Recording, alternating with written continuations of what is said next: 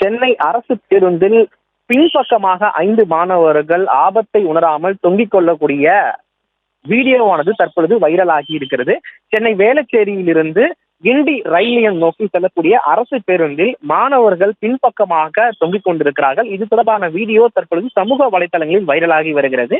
வழக்கமாக மாணவர்கள் பேருந்துடைய படிக்கட்டுகள் தொங்கி செல்வார்கள். அப்பொழுது பேருந்து ஓட்டுநரும் நடத்துனரும் அவர்களை சுதாரித்து வண்டியிலிருந்து இறக்கி அல்லது மேலே ஏற செல்வார்கள். ஆனால் டீலக்ஸ் பேருந்து என்பதால் பின்பக்கமாக, அதாவது ஓட்டுநரும் சுதாரிக்க முடியாத ஒரு சூழ்நிலையில் பின்பக்கமாக இருக்கக்கூடிய பக்கச்சுவற்றில் 4 மாணவர்கள் தொங்கிக் கொண்டிருக்கிறார்கள். ஒரு மாணவர் அந்த பேருந்து பின்னாடி ஓடி வருகிறார். இது தொடர்பாக இருசக்கர வாகனத்தில் சென்ற நபர் ஒருவர் வீடியோவாக எடுத்து சமூக வலைதளங்களில் பதிவு செய்திருக்கிறார். இந்த நபர்கள் எந்த கல்லூரியை சேர்ந்தவர்கள், மேலும் எதற்காக அபாயகரமாக தொங்கிக் கொண்டு சென்றிருக்கிறார்கள் என்பது தொடர்பாக அந்த வீடியோவில் பதிவு செய்யப்பட்டிருக்கிறது.